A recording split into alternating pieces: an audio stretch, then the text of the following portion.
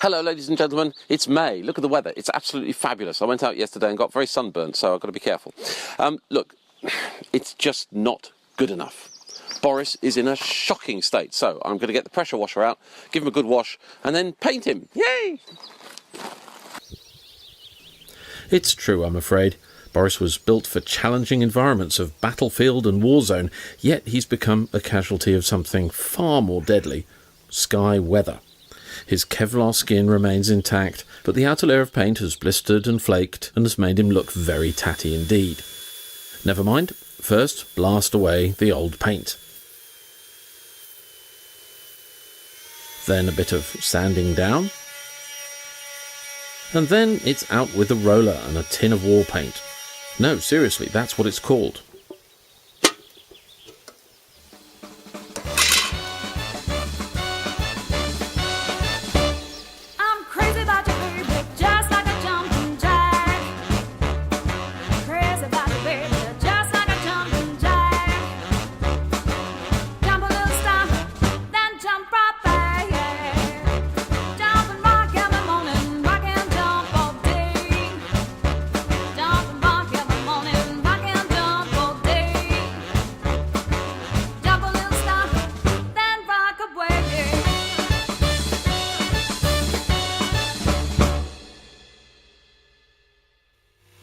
With the paint job complete, it was now time for phase 2 of Boris's makeover. Boris's escape hatch had never been quite the same since one of the hinges broke. Besides, the condensation used to drip on the hapless occupant on bed number 1. Not good. So, a very nice man called David from Highland Motorhome and Caravan Services came and fitted Boris with a brand new skylight. And the best thing about it is the built-in midge screen, so now you can have some ventilation without being eaten alive. There now follows a rather lame gag featuring a banana. Check, 1, 2. Hello, we're here at Algol, one of our very favourite places, and one of my passengers over there is going to go down on bended knee in a minute.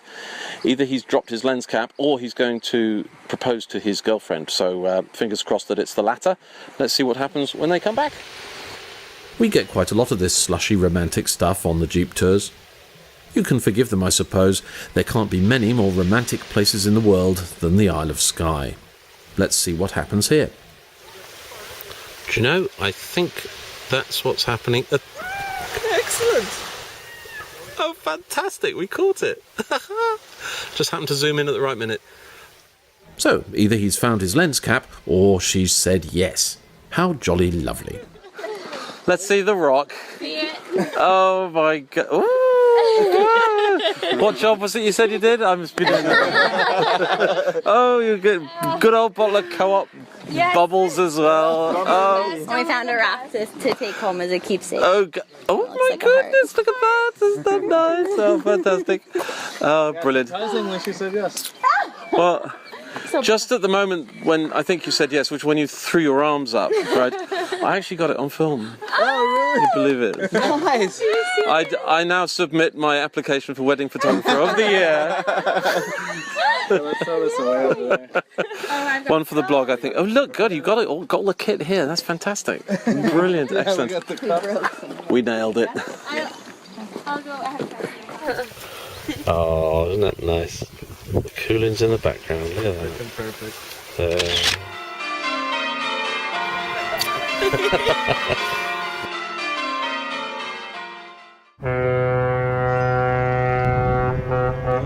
It's July.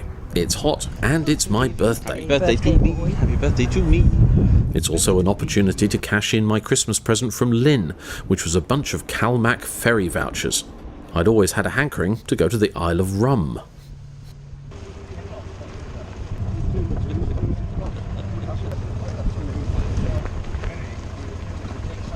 It always struck me as extremely unlikely that someone would choose to build their stately home on a relatively small Scottish island such as Rum.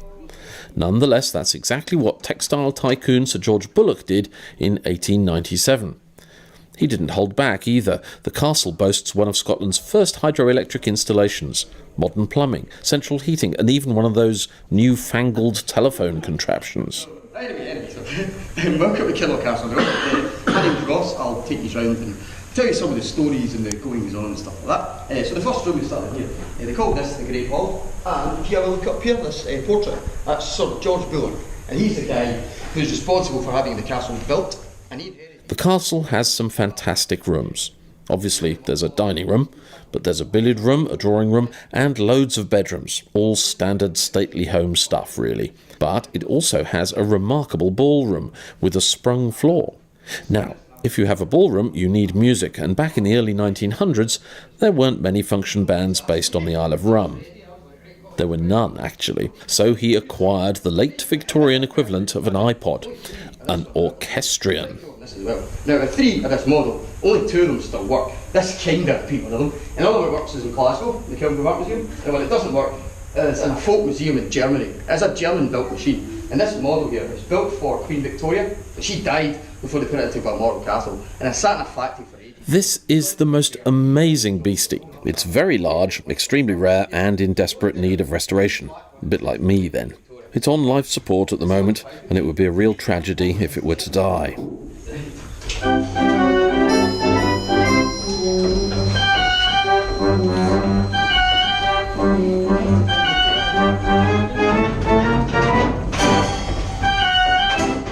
As we explored the rest of Kinloch Castle, I soon realised there was a lot more here than you might expect. They used to keep alligators in the conservatory, you know, and the big vases on the balcony would make the Antiques Roadshow team go very weak at the knees. The castle also boasted its own dentist's surgery, and even Downton Abbey didn't have one of those. My particular favourite, though, was the bathroom. You can't really see it from this shot, but the water is actually squirting upwards from the plug hole. Imagine the surprise if you weren't expecting that when you turned the tap on. It's the most amazing place, well worth a visit, and all brought to life by our wonderful guide. He told us some amazing stories of the wild goings-on that used to regularly occur, pretty much all of which are unrepeatable here. You'll have to go on a tour yourselves to hear all the juicy stuff firsthand. We returned to Skye on the ferry, and after a plate of fish and chips, the excitement of the day overwhelmed me. Lynn, of course, took full advantage of this and snapped this embarrassing photograph. Two, however, can play at that game. What a magical day it was.